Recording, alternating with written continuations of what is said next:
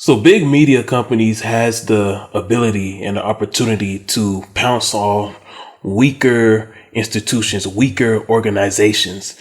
And the reason why they have that power, because weaker organizations, weaker businesses, they tend to be operating in the red and they're in threat of going out of business. So this is when big media companies pounces on top of smaller sports organizations and uses that as an opportunity not only to build their brand and to build their image and to promote their network, but to also just flex its power and take control of the company as a whole. College football is a perfect example of such. Because college football is not an official sports league, and the same with just college athletics in general. Because college athletics is not an official league, and these leagues, well, before NIL, they were viewed as amateur. Big media networks, cable networks like ESPN, Fox, NBC, they use that as an opportunity to not only, promote their brand to a lot of college students, but just to make a lot of money off of these games. And so as the situation with the Big Ten and the Pac-12 and the SEC and the Big 12, as all of this stuff starts to unfold, it makes you wonder, how could the MLS, if you're a soccer viewer or soccer fan, it should make you wonder, how could the MLS and the USL avoid such from happening? How could they avoid a big media company from coming into their league and just killing off, precious rivalries, killing off precious traditions, because that's what they're doing with the college football ranks. So you're the MLS, you're the USL, both of you are young, up and coming leagues in this country. How can you prevent that from happening?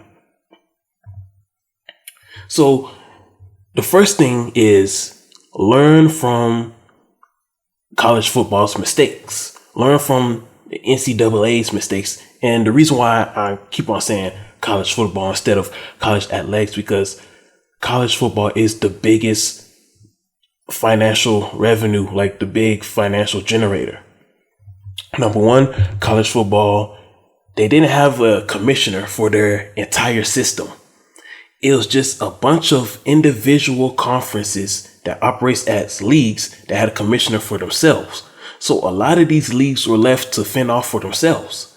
So the richer leagues had more of an advantage over the not so rich leagues. Like SEC and Big Ten, they always had a higher advantage than Pac-12, Big 12, ACC, because those conferences had more money, they had more support from fans, and they just have more clout. As a result of that, as a result of the college football system not having a true centralized commissioner and them forming as one big league, it forced the less wealthy conferences to operate at the mercy of the wealthy. In MLS, you're not in that situation. You're not a league within a league. You're one unified league, and each team operates under that league. USL, on the other hand, USL, you're kind of looking a little like college football, because USL, you're one league, but you have different individual leagues inside the league. You have the USL Championship League, you have USL League One, you have USL League Two, then you have USLW, the Women's League. And you're kind of, it looked like you're kind of modeling yourself after college football, because, with college football, you have Power Five, Group of Five, then FCS. So in college football terms, the Power Five will be USL Championship League. The Group of Five will be USL League One, and the FCS will be USL League Two. So if you're the USL, you really gotta be careful on how on how you operate, because USL League One and USL League Two, they're not developmental leagues. They are leagues within themselves. And they're not like feeder leagues into USL Championship League. They're just leagues within themselves that operate as a whole, which is USL. So in college football terms, USL is like the NCAA. And then you have different conferences, which is USL Championship, USL League One, USL League Two. So you're kind of modeling yourself after college football, which is something that you have to really be careful, especially as you're in the process of negotiating your new television deal. Because your current television deal with ESPN, it ends after this season. So I'm sure you're at the negotiation tables, you're trying to work something out. So USL, you really just got to be careful. You know, with the current college football system, the least wealthy, they always operate reactively instead of being proactive. You see, with the less money and the less power you have, you can't be proactive. Like the Big Ten and SEC, they can be proactive. Pac-12, they're reactive. Big 12, reactive. ACC, reactive. Big media has more power than the conferences. Why? Because these conferences are vulnerable. Because these conferences are not unified together under one league. That is why big media like ESPN and Fox has the advantage. Because instead of these conferences doing business as a whole entire system is separate, and each conference negotiates its own television deal. As a result of that, the big media has more leverage than said conference, because big media can compare and contrast the different types of money that they will negotiate with each conference, rather as an entire league as a whole with one centralized commissioner. The conferences would have more power then, because there's strength in numbers. And with the amount of valuable colleges and institutions that's in this country, if all of them were working together under one league, they will have the advantage over the big media. But because they're so divided and each conference has its own mission, each conference has its own goal, each conference has its own ideology, it weakens the power of the conference over the big media. Now, the MLS was not in this situation, and the MLS has been able to avoid this. Why? Because the MLS is unified as a whole. You don't have Eastern Conference operating as their own league and Western Conference operating as their own league. Even though there's Eastern Conference and Western Conference, they still operate together under the MLS. Eastern Conference and Western Conference is just for divisional purposes, like regional travel purposes. And I believe it's also for scheduling. But in my honest opinion, MLS should get rid of conferences, because in my opinion, conferences are outdated. And conferences, it was good at a time where sports teams couldn't travel far. They didn't have the money to travel far throughout the country for various games. So the regional conference thing worked for low budget sports teams back then, but all professional teams, they can afford commercial flights. So the conference thing is outdated, but I'll talk about that in another time. Another good thing that the MLS is doing that gives the MLS an advantage over big media is their Apple TV deal. The reason why one of the reasons why this Apple TV deal is big, because the MLS has more leverage and they have more power over their broadcasting rights. You see, with this TV deal, because Apple is not a cable company, Apple is not a major media company, it's mostly a tech company. As a result of that, Apple will not interfere with the business operations of the MLS. Apple is more so giving the MLS a platform to freely freely grow their brand the way they want to. They're not, because Apple is not a media company, it's not a cable company.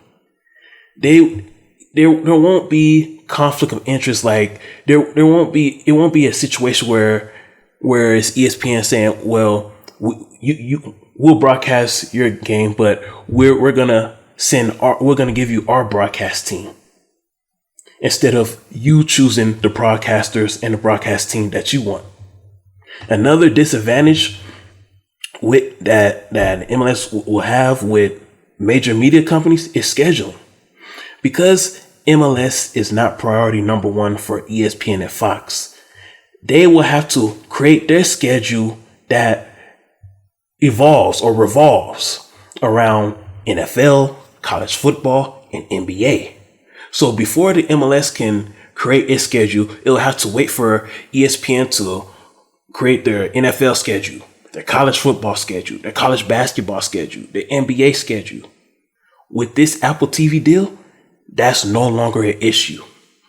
The MLS can schedule their matches anytime, any day that they feel is fitting for them.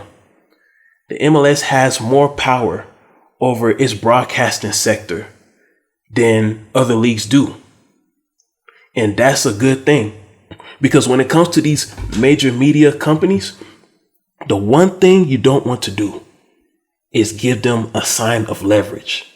Because if you give them one little sign of leverage, they will find more opportunities to get more leverage in your company and for them to take total control of your business and just destroy the foundation of your business, which is something that they're doing with college football. So this is one of the reasons why I stated in an earlier monologue that this Apple TV deal is big.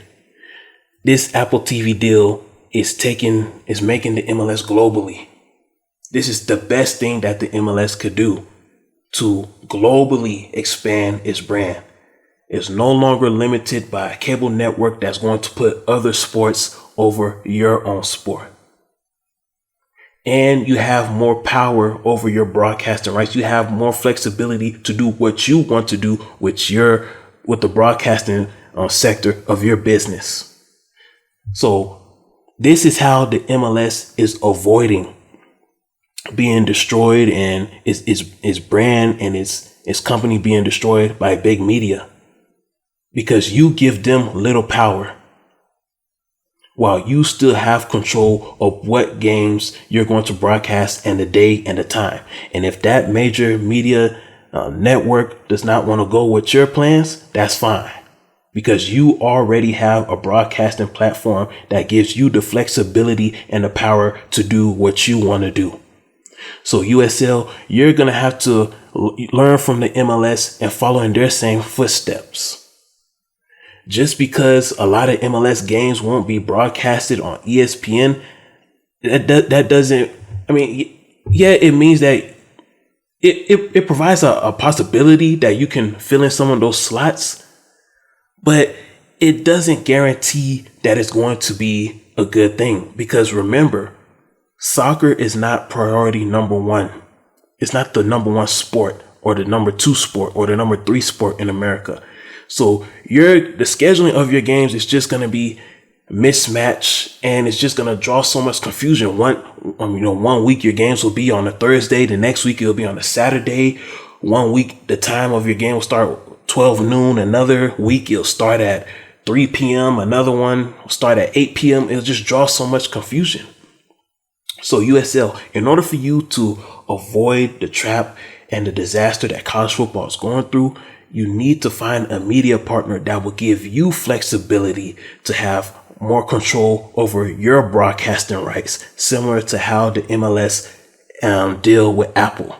Because with the MLS Apple deal, the MLS has more flexibility to do what they want to do, and they have more control over the broadcasting sector of their business. So USL, you may not get an Apple TV deal, but maybe you can get a Twitter deal. Watching sports games on Twitter is not bad. It's not bad at all. You can also, there's YouTube. Maybe you can go the Twitch route with NWSL, but I think Twitter and YouTube are better options. And then some of your games, like your secondary games, can be on ESPN, how the MLS is doing. Like some of MLS games will be on ESPN. So that's just my take on how MLS and USL can avoid the pitfall that college football put itself in. The more power that you give, the more power and the more leverage that you give big media companies, the more vulnerable that you are as a business.